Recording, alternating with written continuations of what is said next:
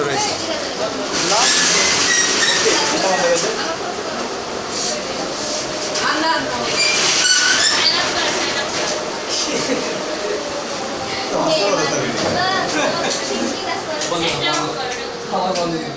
আলোটা বাদে We discuss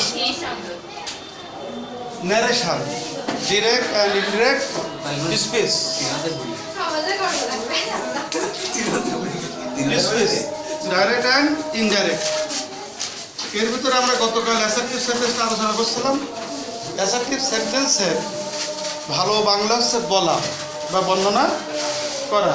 গতদিন আমরা এই পর্যন্ত আলোচনা করেছিলাম এবং আমার মনে হয় আমরা সবাই ভালো বুঝছিলাম। আজকে আমরা একটা সুন্দর জায়গায় আসি, সেটা হচ্ছে interrogative sentence. Interrogative sentence. Interrogative sentence মানে আমরা যখন কোনো প্রশ্ন করি, কোনো কিছু জিজ্ঞেস করি, কোনো কিছু চাই, জানতে চাই, এরকম যদি বোঝায় তাহলে সেন্টেন্সের নাম হবে ইন্টারোগেটিভ এবং সাবজেক্টের আগে সর্বদাই সাহায্যকারী ক্রিয়া বসে টেন্স অনুযায়ী। যদি am, is, are, was, were, have, has, had, can, could, shall, should, will, would, may, must, might, need, dare এরা যদি থাকে তাহলে এরা সাবজেক্টের আগে বসে, আর এরা যদি না থাকে সাধারণত ডু বা ডাজ বসে। ফার্স্ট পারসন বা সেকেন্ড পারসনের ক্ষেত্রে আমরা ডু লিখি, থার্ড পারসন সিঙ্গুলার নাম্বার হইলে আমরা ডাজ লিখি। পাস্ট টেন্সের ক্ষেত্রে ডিড বসে, তখন যে কোনো পার্সনের ক্ষেত্রে আমরা ডিড লিখি। এবং বাক্যর আগে অনেক সময় কিছু ইন্টারোগেটিভ ওয়ার্ড ইংরেজিতে আছে, যেমন what, how, why, hmm, when, while, এরকম অনেক শব্দ ইন্টারোগেটিভে থাকে। তো সেগুলো ওই শুরুতেই বসে থাকে। হাউএভার, তো আমাদের মূল কাজ হচ্ছে রিপোর্টিং ভার্ব। রিপোর্টিং ভার্ব মানে ইন্টারোগেটিভ সেন্টেন্সের ক্ষেত্রে রিপোর্টিং ভার্বের পরিবর্তে কি কি হবে এটা আমাদের লক্ষ্য রাখতে হবে। ইন্টারোগেটিভ কি লিখলাম আমরা? ইন্টারোগেটিভ, বাংলা অর্থ হলো জিজ্ঞাসা করা বা জিজ্ঞাসা সূচক বাক্য, ঠিক তো? জিজ্ঞাসা সূচক বাক্য। তাহলে ইন্টারোগেটিভ সেন্টেন্সে রিপোর্টিং ভার্ব, রিপোর্টিং ভার্ব সেই টু এর স্থলে ঠিক যে সেন্টেন্সের যেটা দিয়ে প্রশ্ন করা হয় রিপোর্টিং ভার্ব পরিবর্তন নিয়ে ঠিক সেটাই হয়। কি মনে থাকবে? যেমন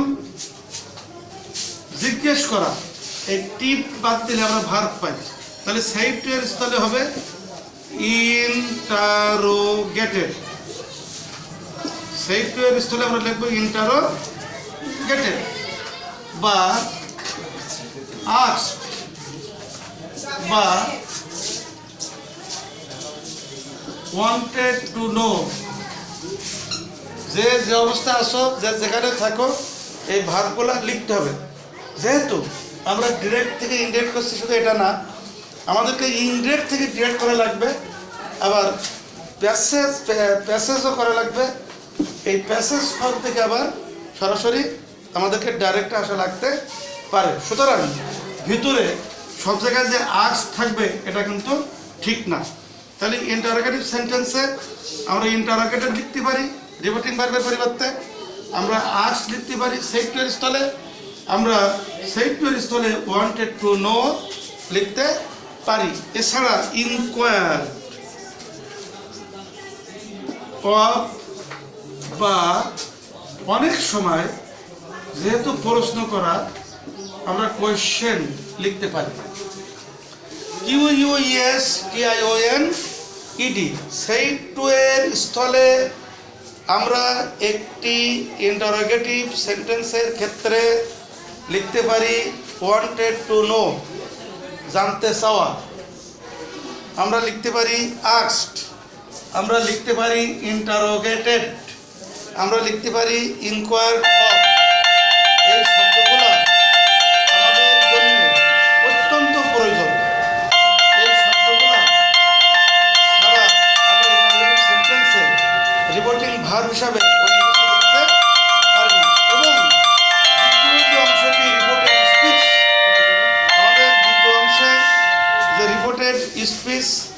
থাকে সেটা ইফ, দেখো ইফ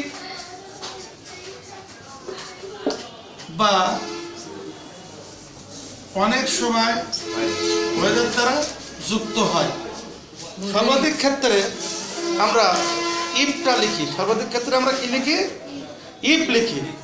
ওয়েদার অনেক সময় দিলেও হয়, না দিলেও হয়। তবে যদি কোনো ইন্টারোগেটিভ সেন্টেন্সে future tense shall, will, can, may থাকে, সেক্ষেত্রে ওয়েদার খুব অ্যাপ্রোপ্রিয়েট। কিন্তু আমরা যদি ইফ দিই, ইফ বা ওয়েদার যে কোনো জায়গায় আমরা দিতে পারি, এটা আমাদের মনে রাখতে হবে। আর যদি ইন্টারোগেটিভ ওয়ার্ডগুলো থাকে তাহলে তারাই বসে যাবে, যদি না থাকে তাহলে আমরা কি লিখবো?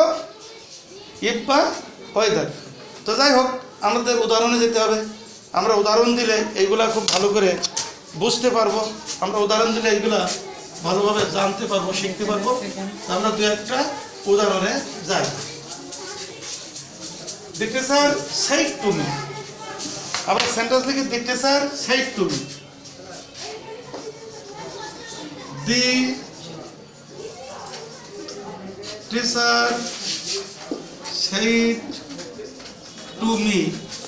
আমরা লাস্ট ন্যারেশন ক্লাসে প্রথম উদাহরণ ন্যারেশন শেখার সময় এরকম একটা দিয়েছিলাম, the teacher said to me, said to me। শিক্ষক আমাকে বললেন।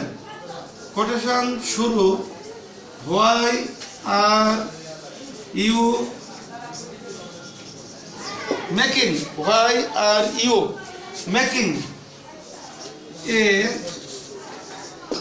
Noise in the class. Note of quotation.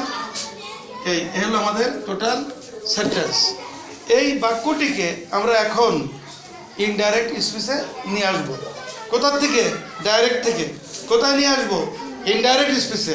তাহলে আমরা খেয়াল করি, এখানে আমাদের সেই ইন্টারোগেটিভ ওয়ার্ডটা আছে, কি আছে? হোয়াই।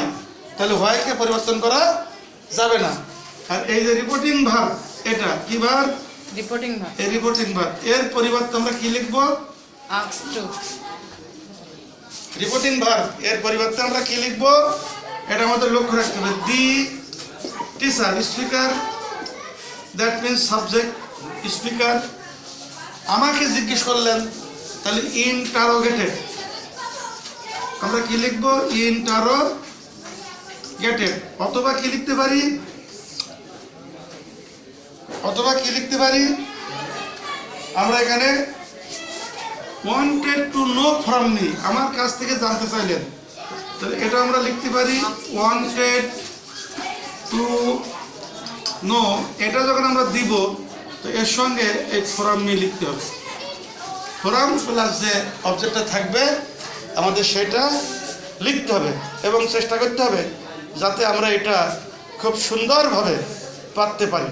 তাহলে ওয়ান্টেড টু নো। অথবা আমরা কি লিখতে পারি? প্রশ্ন করেছিলেন, কোয়েশ্চেন মি, এই মি বসে গেল, ইন্টারোগেটেড মি। অথবা আমরা কি লিখতে পারি? ইনকোয়ার্ড অফ, এটাও আমরা লিখতে পারি। আর কি লিখতে পারি? যেটা বহুল পরিচিত, বেশিরভাগ ক্ষেত্রে আমরা লিখি, খুব সোজা, খুব পারি, সব জায়গায় লিখি, বা আমরা সেটাই বেশিরভাগ আলোচনা করি। নাম তার আক্সড। রিপোর্টিং ভার্ব উঠে যে আমরা বেশিরভাগ ক্ষেত্রে যখন প্রশ্ন করি তখন এই আক্সড ভার্বটা আমরা কিন্তু বেশি লিখি। তাহলে আমাদের উত্তর কি হলো? The teacher asked me, the teacher interrogated me, the teacher wanted to know from me, the teacher questioned me, the teacher inquired of me. আর এখানে যেহেতু ইন্টারোগেটিভ এই ওয়ার্ডটি আছে, দ্যাট মিনস হোয়াই, এই হোয়াই আমরা লিখে দিলাম। এবং আমরা বলেছিলাম ডাইরেক্টকে যখন আমরা ইনডাইরেক্ট করব, যে সেন্টেন্সই থাক না কেন, ইন্টারোগেটিভ থাকলেও ইন্টারোগেটিভ হবে না, এক্সক্লেমেটরি থাকলেও এক্সক্লেমেটরি হবে না, এক্সক্লেমেটরি থাকলেও এক্সক্লেমেটরি হবে না। কি থাকবে? আমাদের উত্তরটা হতে হবে অ্যাসার্টিভ নাকি? আমাদের উত্তর অ্যাসার্টিভ না, আমাদের কোনো উত্তর অ্যাসার্টিভ হবে না। এই বাক্যটিকে আমরা ডাইরেক্ট থেকে যখন ইনডাইরেক্টে নিয়ে যাব তখন এই বাক্যটির নাম হবে স্টেটমেন্ট বা ডিক্লারেটিভ সেন্টেন্স। কোনোভাবেই অ্যাসার্টিভ বলা যাবে না। এটা আমরা গতকালও বলেছিলাম, সবসময় বলি, আমি বলি, কিন্তু আমরা খেয়াল করি যে আমাদের এই ছেলেমেয়েরা অত্যাধিক মেধাবী হওয়া সত্ত্বেও কোনো ছাত্রীর মুখ দিয়ে আমি এই পর্যন্ত শুনি নাই এই দীর্ঘ 28 বছর এই জিনিসটা বোঝাতে যে কেউ বলে স্টেটমেন্ট বা কেউ বলে ডিক্লারেটিভ সেন্টেন্স, সবাই বলে অ্যাসার্টিভ, এবং বাক্যটা যখন শেষ হয় শেষে দিয়ে বলে ফুল স্টপ। আসলে বলতে হবে পিরিয়ড বা বিন্দু। কারণ হলো এখানে বিভিন্ন শ্রেণীর বাক্য থেকে এই প্যাসেজ নারেশন মানে ডাইরেক্ট থেকে আমরা যখন ইনডাইরেক্ট করব একটা নির্দিষ্ট বাক্যে পরিণত হবে। সেই নির্দিষ্ট বাক্যটির নাম স্টেটমেন্ট, সেই নির্দিষ্ট বাক্যটির নাম ডিক্লারেটিভ সেন্টেন্স। এটা আমাদের মনে রাখার চেষ্টা করতে হবে। এই যে পিরিয়ড বা বিন্দু, এটা কিন্তু আমাদের এমসিকিউ পদ্ধতিতে বিভিন্ন ইউনিভার্সিটিতে পরীক্ষা দিতে গেলেও কিন্তু থাকতে পারে। এই যে ডাইরেক্টকে যখন আমরা ইনডাইরেক্ট করি এর নাম যে স্টেটমেন্ট, এটা কিন্তু থাকতে পারে। যে sentence, this sentence is involved with statement, declarative sentence or simple or 1 and 2। তাহলে 1 and 2 একদিকে ডিক্লারেটিভ নাম আর একদিকে স্টেটমেন্ট নাম। হাউএভার, তো আমরা এখানে হোয়াই লিখলাম, এই সাবজেক্ট এখানে সেকেন্ড পারসন, সাবজেক্টে কি সেকেন্ড পারসন, সেকেন্ড পারসন থাকলে এই object. Here you means me and the subject of me is I. I, তো মি এর পরিবর্তে আই। এখানে সেট টু পাস্ট টেন্সে ছিল, সেইট টু পাস্ট টেন্সে ছিল। তাহলে সেইট টু এর স্থলে যেমন আমরা ইন্টারোগেটেড, ওয়ান্টেড টু নো লিখলাম। এখানে পাস্ট টেন্স আমরা জানি যে দ্বিতীয় অংশটিও পাস্ট টেন্সের বিভিন্ন ফর্ম অনুযায়ী পরিবর্তন হবে। যেহেতু এটা প্রেজেন্ট কন্টিনিউয়াস টেন্স, তাহলে একে হইতে হবে পাস্ট কন্টিনিউয়াস টেন্স। তো এরপরে ওয়াজ আর ভার্ব, এই মেকিং দেওয়া আছে, এ noise in the class, period বা বিন্দু, এবং টোটাল উদ্ধৃতি আর নাই। তো আমরা জানি ডাইরেক্টকে যখন ইনডাইরেক্ট করব, we know that when we shall change direct into indirect, so the sentence must be statement or declarative, and the total punctuation marks will be invalid from the sentence, so it is called a statement. However, আমরা why দিয়ে দেখলাম, এবার আমাদের কাজ হচ্ছে এমনি একটা interrogative সেন্টেন্সে সাবজেক্টের আগে সাহায্যকারী ক্রিয়া থাকবে, ঠিক তাই দিয়ে আমাদের আরেকটি সেন্টেন্স লিখতে হবে। কি দিয়ে? ইন্টারোগেটিভ সেন্টেন্স ভাত দিয়ে। রোজি said to Daisy, Rosie said to Daisy, have you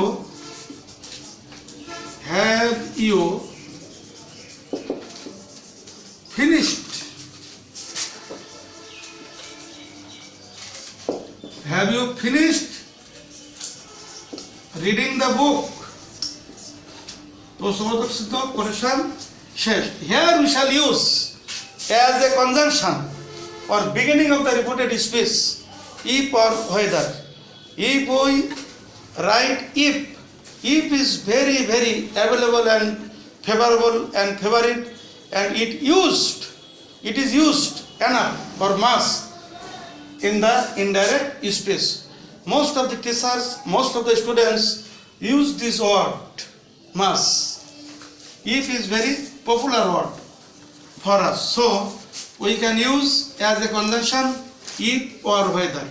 However, said to এর স্থলে আমরা একই জিনিস লিখব। রোজি asked Daisy, DAISY, asked or inquired any verb question if you will তোমার ইচ্ছা if you desire any verb say the sense of and the sense of said to এর স্থলে আমরা যে কোনো ভার্ব এইগুলোর ভিতর থেকে লিখতে পারি এবং এখানে যোগ হবে if দিয়ে if আবার সেকেন্ড পারসন ইউ মানে ডেইজি অবজেক্ট দিয়ে যাবে এখানে সেকেন্ড পারসন থাকলে অবজেক্ট এখানে object Daisy here speaker or the subject Rosie so স্ত্রীলিঙ্গ দুইটা female so she means Daisy d have এর past tense had if she had finished আমরা দেখে দেখে লিখবো কোনো আন্দাজে কিছু নেই ন্যারেশন হচ্ছে ইংরেজি বিভিন্ন গ্রামারের যে টপিকসগুলো আছে তার ভিতর সবচেয়ে ইজি সবচেয়ে সোজা ন্যারেশনের ভিতরে আমরা যেটাই করি না কেন সবচেয়ে ইজি সবচেয়ে সোজা এই হচ্ছে ডাইরেক্টকে ইনডাইরেক্ট করে গ্রামারের যতগুলো টপিকস আছে ভুল হয়ে গেছে আমার ন্যারেশন বলা গ্রামারের যতগুলো টপিকস আছে সবচেয়ে সোজা সবচেয়ে আমাদের পড়ার কথা জানার কথা ন্যারেশন কারণ এটা ভুল যাওয়ার কোনো কারণ নাই এখানে কোনো কারণই খোলা নাই